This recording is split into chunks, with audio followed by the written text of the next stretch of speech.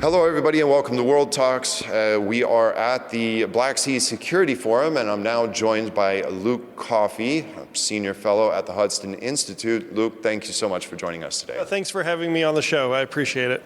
Yes, now, we have a lot of topics being talked about here, but one thing that I've talked with several people about is the rush to get NATO to develop capabilities that it hasn't possessed, because it's essentially been a freeloader. I think everybody kind of agrees on this since the end of the Cold War.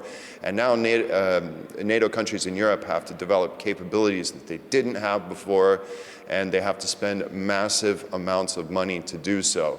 A lot of people also attribute this to Donald Trump. Some attribute it to Poland and their security concerns. But based on what we're seeing at the moment with the Europeans actually spending a lot of money and planning to spend a lot of money, how quick do you think that they can actually close this capability gap? And will the United States leave them alone? Yeah. That's a great question. And of course, the issue of burden sharing and defense spending across Europe is really at the top of the agenda for a lot of people in Washington when you discuss the transatlantic community and the future of NATO. Undoubtedly, Poland is a role model. It's a leader on this issue, and that's very much recognized and appreciated in Washington. And undoubtedly, President Trump has played an outsized role in convincing Europeans that they need to spend more on defense. This hasn't been exclusive to President Trump. There have been other administrations that have had the same concerns, but the way President Trump has communicated this challenge has been a lot different, and that's played a role. But ultimately, I think the biggest driver for increased European defense spending has been Vladimir Putin. European defense spending has increased year on year since 2014, when Russia first invaded Ukraine. And that's no coincidence, but it hasn't risen fast enough. And with this new pledge of 5% of GDP, I think this is a fantastic place to start. I think it's a good benchmark. It will take some time to get there. You know, in America, we forget that coalition government and parliamentary democracies can be quite messy. And you have to often get multiple parties on board to a common coalition program for government in different parliaments. And this often takes time, or even takes a whole electoral cycle. So I think as Americans, we have to be realistic with our expectations and understand that some countries are going to move faster than others because of the political dynamics inside each country. But as long as these countries are heading in the right direction, I think that's the most important thing.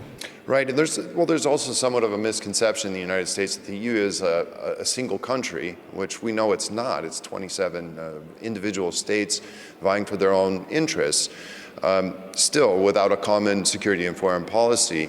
But you know, Poland, I'd actually like to back up to the whole situation with Poland being a model ally. Everybody has been talking about Poland, getting the NATO spending up to 5%. Radosław Sikorski famously said, the closer you live to Russia, the more you spend on defense.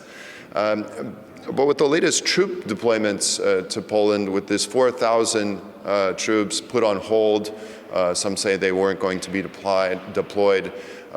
What kind of signals is the Trump administration trying to send to Europeans by doing this from your optics in Washington? And what can we expect from the Trump administration if they want to not withdraw troops from their quote-unquote greatest ally? Well, this may not be the answer you or your viewers want to hear, but even located in Washington, I am often just as confused. This administration has had a tendency to make these vague announcements without much detail, which leads to everyone speculating as to what is going to happen. But on the issue of the U.S. troop numbers in Europe, the rhetoric is concerning. If U.S. reductions of forces in Europe was part of a larger strategic assessment of the need for U.S. forces around the globe, if it was done in close consultation with our European partners, with advance warning to allow any capability gaps to be filled, I would be more open-minded to these troop withdrawal announcements. But we haven't seen this to be the case at all.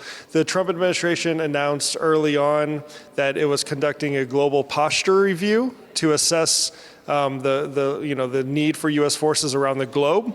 This was supposed to be published at the end of summer of last year, and we're now heading to the beginning of summer in 2026, and this review is nowhere to be found. When President Obama announced the cancellation, the abrupt cancellation of key missile defense sites in Poland and the Czech Republic in 2009, and did this without any prior warning, that was wrong then. And the announcement of these U.S. troops coming out of Europe in the way that it has been done is wrong now. So I think we need to have a real assessment on what America's needs are, and we should also realize that Europe remains important to the United States. Indeed. Well, let's go ahead and move on to Ukraine. This war continues to drag on. It looks like the peace efforts with the United States are lackluster and pretty much stalled out. Yeah.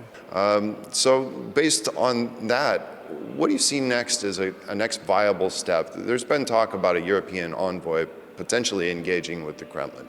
Yeah, well, right now in Washington, in the context of foreign policy, everything's focused on Iran. This has consumed all of the bandwidth in this administration when it comes to national security, defense, foreign policy, which as a consequence has pushed issues like Ukraine to the side, at least temporarily. I do believe President Trump remains genuine in his desire to bring about a lasting peace deal between Ukraine and Russia. He often says his motivation is to stop the killing and the suffering, or to stop the U.S. from spending, billions of dollars. Well, I mean, the U.S. hasn't provided much financial assistance in a very long time. And of course, we all agree that the human suffering should stop. But I think there's a third reason motivating President Trump, and that is for his legacy. He likes to see himself as this great deal maker, making a deal where everyone said none could be made.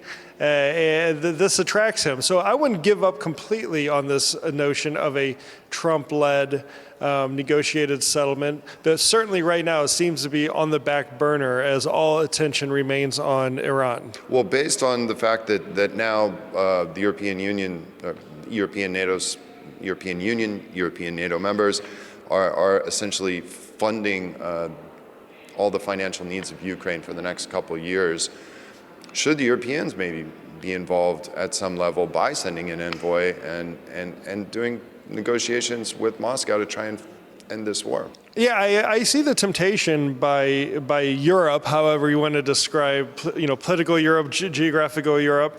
I understand this as being a possibility, especially when you see President Trump and his team engaging with President Putin. I would say that if this is done, if this path is pursued, it needs to be done in a closely coordinated manner, not only with inside Europe, amongst the different countries in the EU or out of the EU, but also with Ukraine. And nothing should be discussed about Ukraine without Ukraine there. But I think the best approach now is for Europe to continue supporting Ukraine in its fight for national survival, while at the same time engaging with the Trump administration to try to get them back on board, back to focusing on a negotiated outcome to this war that is a fair and just outcome for Ukraine that this nation deserves, but also with the appropriate security guarantees that could go along with it. And we're a long way from that, but these issues are complex, and they often take a lot longer than what many hope for in this era of social media and quick internet posts, and so this stuff takes time, and we should understand that. It does, and the Institute for the Study of War has come out with its latest report saying that Ukraine has seized the initiative. They're back on the offensive, but not a counteroffensive. So we're seeing mid-range strikes that are cutting supply lines, cutting the land bridge to Crimea. We're seeing deep strikes continuously mounting on energy infrastructure in Russia, their ability to export oil, the refining capacity. Drones are now making it to Moscow. More soldiers on the battlefield are killed by drones than any other method. So what are your expectations for the direction of where Ukraine is headed this year, and what will that mean for the war? Well, unfortunately for the Ukrainian people, I don't think 2026 will be a year of peace. I think we should come to the conclusion that any peace effort by the White House will not materialize this year. What I find the most interesting is this appearance of the medium-range drone capability, especially targeting the land bridge. And again, this goes back to this need to be patient and let the process play out. First, we saw a lot of emphasis on taking out Russia's air defense capabilities in Crimea, in southern Ukraine, where they occupy. And now we're seeing the fruits of that labor by the medium-range drones being able to almost fly uninhibitedly over the skies of occupied Ukraine. And so it took months for Ukraine to degrade the air defense capabilities of the Russian Federation. It's going to take months more, if not, maybe a year and a half, for them to fully disrupt and degrade the land bridge, the logistical supply chain, in such a way that it can have a meaningful and lasting effect on the battlefield. And then the big question is, well, where does that leave Russia? Where does that leave the war? And that's where if Russia cannot figure out a way to counter these medium-range drones, this time next year they're going to probably have a serious problem on their hands. And then this brings us back to some of the more sexier issues, such as Kerch Bridge, which people like to see the drone footage and the CCTV of the explosions on this bridge. But while that might be a very shiny ornament hanging on the tree, I think that the real emphasis is going to be on these medium-range drone strikes. And then if you could couple that with an attack on the Kerch Bridge, then Russia's position in Crimea and in southern occupied Ukraine becomes very tenuous. Well, it's going to definitely be a difficult year, and the prospects for peace certainly, don't look like they're ready quite yet. Luke Coffey, Senior Fellow at the Hudson Institute, thank you so much for talking to us today. Thanks for having me on. I appreciate it. Thank you. And that concludes this discussion here at the Black Sea Security Forum. Thanks for watching, and see you next time. Goodbye.